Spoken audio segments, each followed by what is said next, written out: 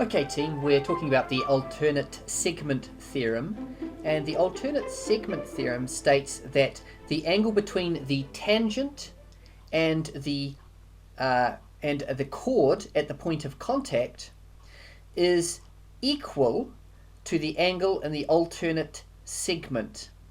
Okay, now what does this actually mean in real life? Okay, so here we have A, and we've got to shade the one that's equal to it. So this would also be equal to A.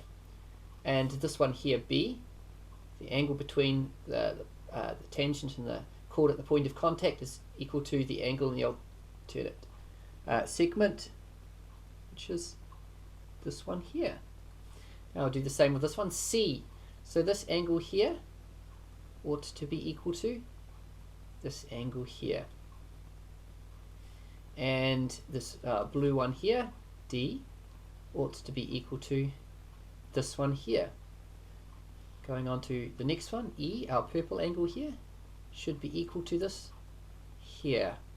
And red is here, so ought to be equal to this one here.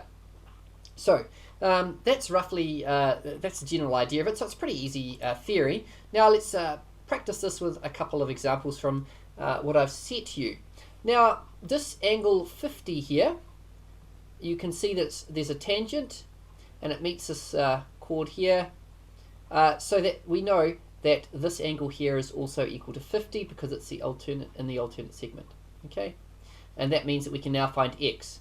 So x is equal to 180, take away 50, take away 64. What does that give us? 130. 180 minus 50 minus 64 gives me 66 degrees. Now this next one here is a little bit more complex. We know this angle here, y, is equal to this here. Now we know what z is. We can find z because we've got a cyclic quadrilateral.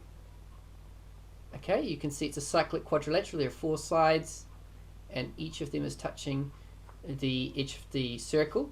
So we know that z 180 z is equal to 180 minus 52.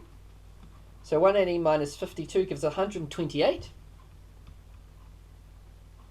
So that one is 128. Now the next thing that we can do, so let's just clear ourselves a bit of space here. Now the next thing that we can do,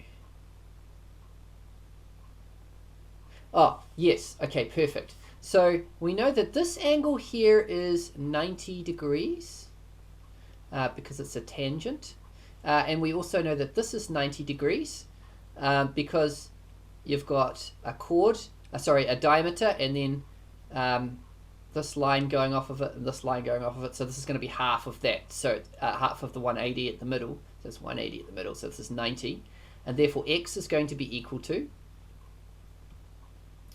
so obviously that means y is equal to 90, okay, because it's a tangent meeting a radius.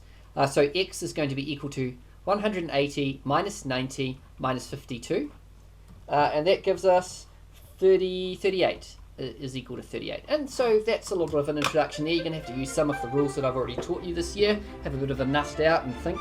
Let me know if you're getting stuck with any of them. Take care.